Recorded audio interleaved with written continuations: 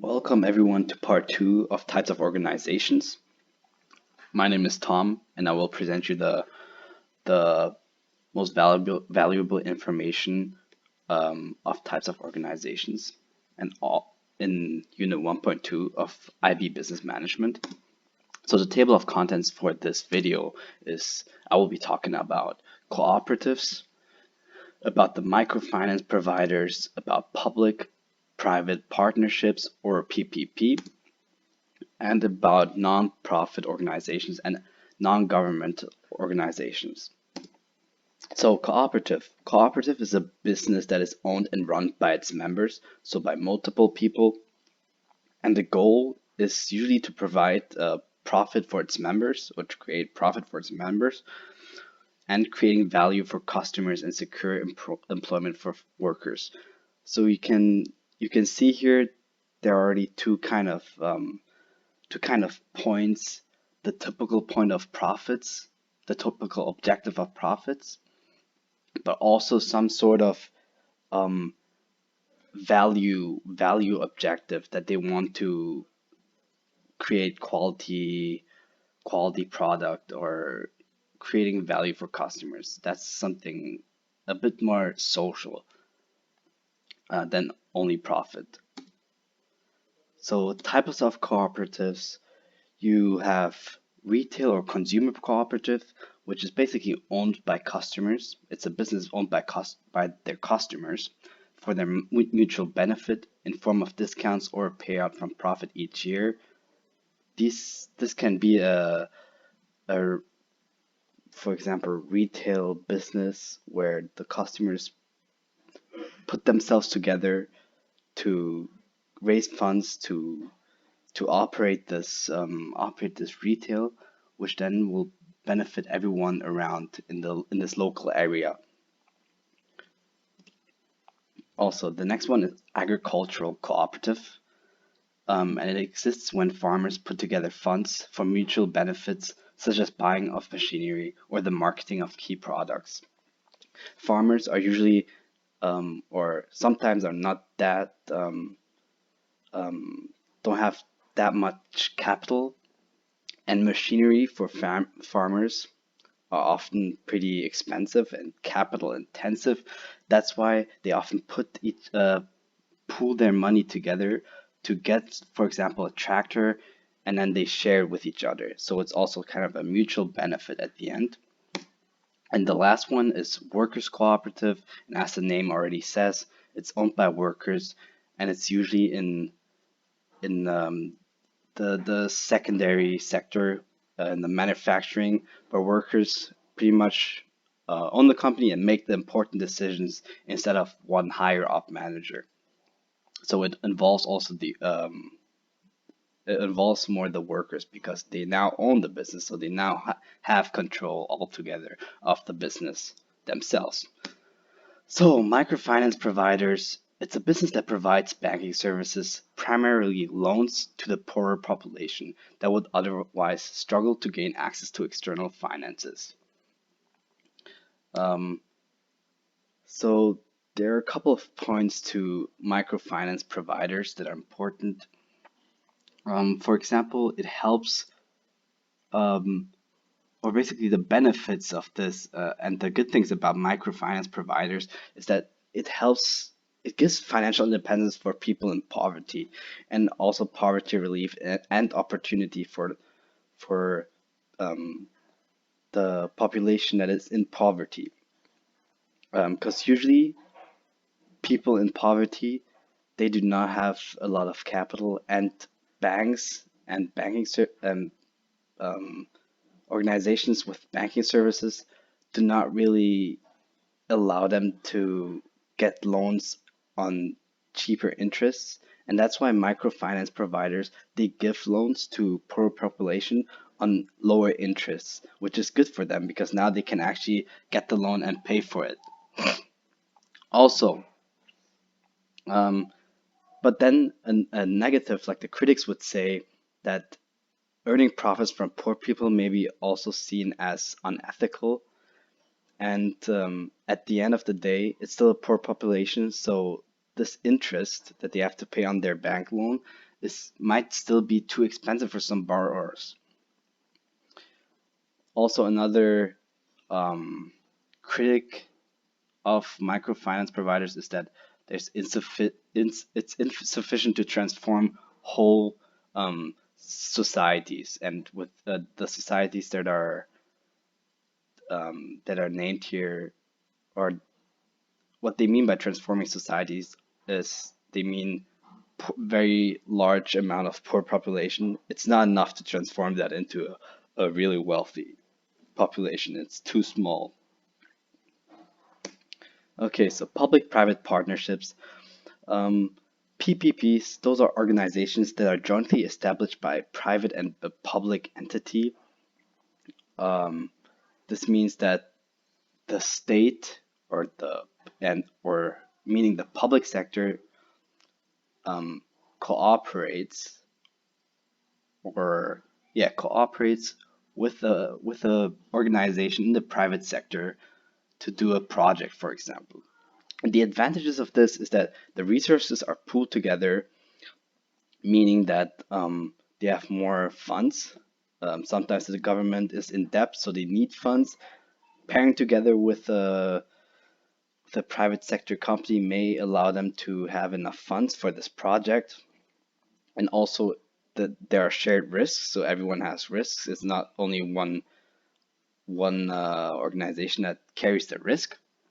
It's often seen as more efficient than traditional public sector organizations and public sector projects, because public sector is known to be very bureaucratic and have many rules and guidelines that make the process of operating a business inefficient.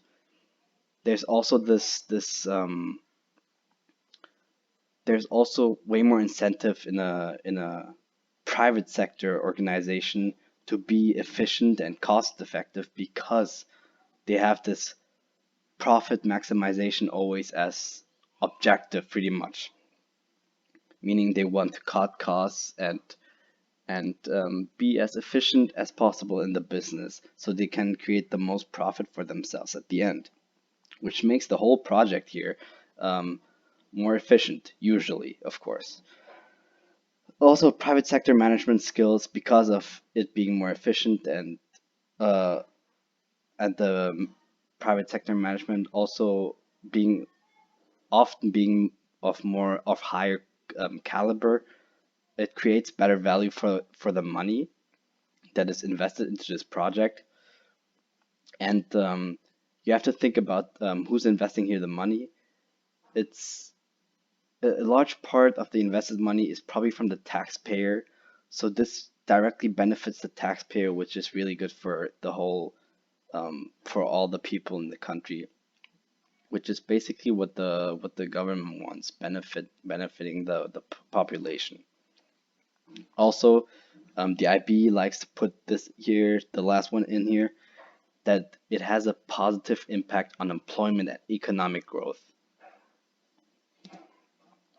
There are two big disadvantages that I seem to always find with PPPs, and it's that the potential danger for conflict of interests and companies act and because companies act in the interests, and that is because companies act in the interest of their shareholders, while the government has other priorities.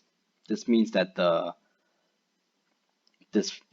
for example, a public limited company with their shareholders demanding more profit, they will have different opinions and different interests than a government with other set of guidelines and rules. Also to keep in mind, which also ties with the first disadvantage, is that private sector companies are known for cost cutting, which may affect the quality of the service or product.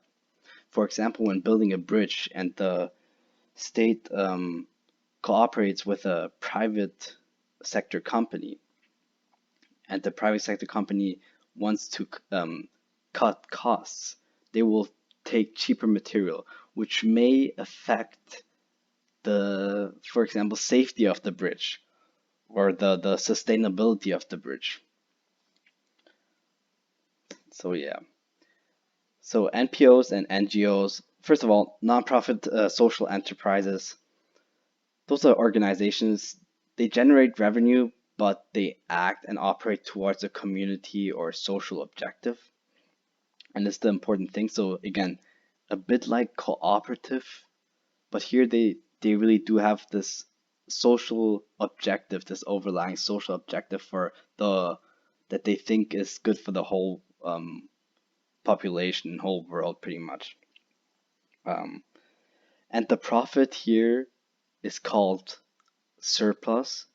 They do not call it profit because at the end it does not get distributed to shareholders, but instead is used to reach their objectives, meaning it gets reinvested into the business for them to reach their intended social objectives and community goals. Non-governmental organizations are also a type of non-profit social enterprise that is run by voluntary groups.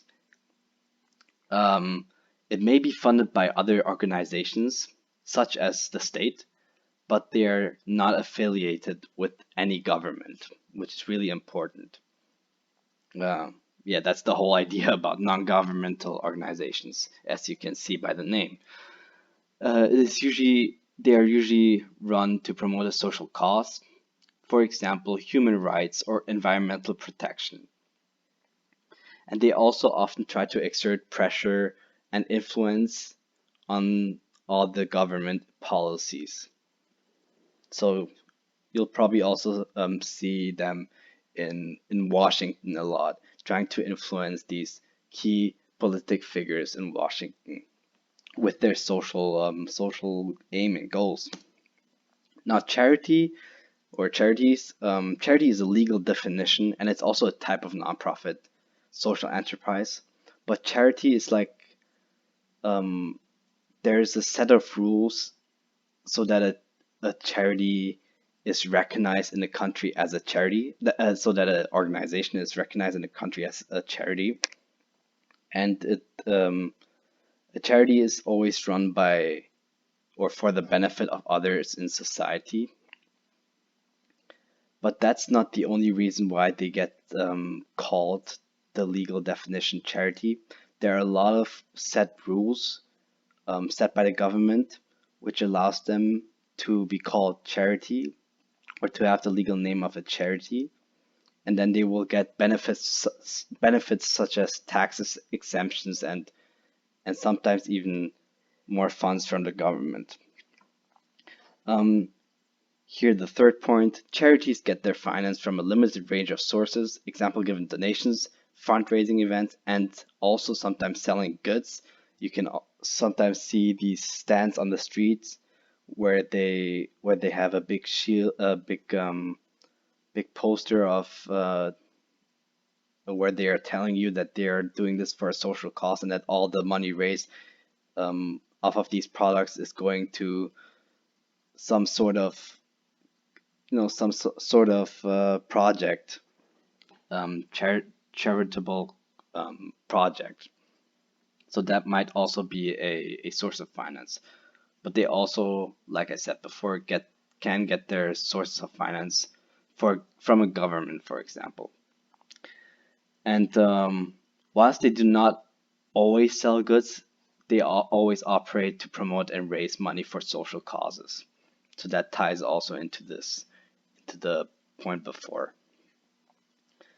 So thank you for watching this video, and I hope I'll see you in Unit 1.3. Thank you for watching.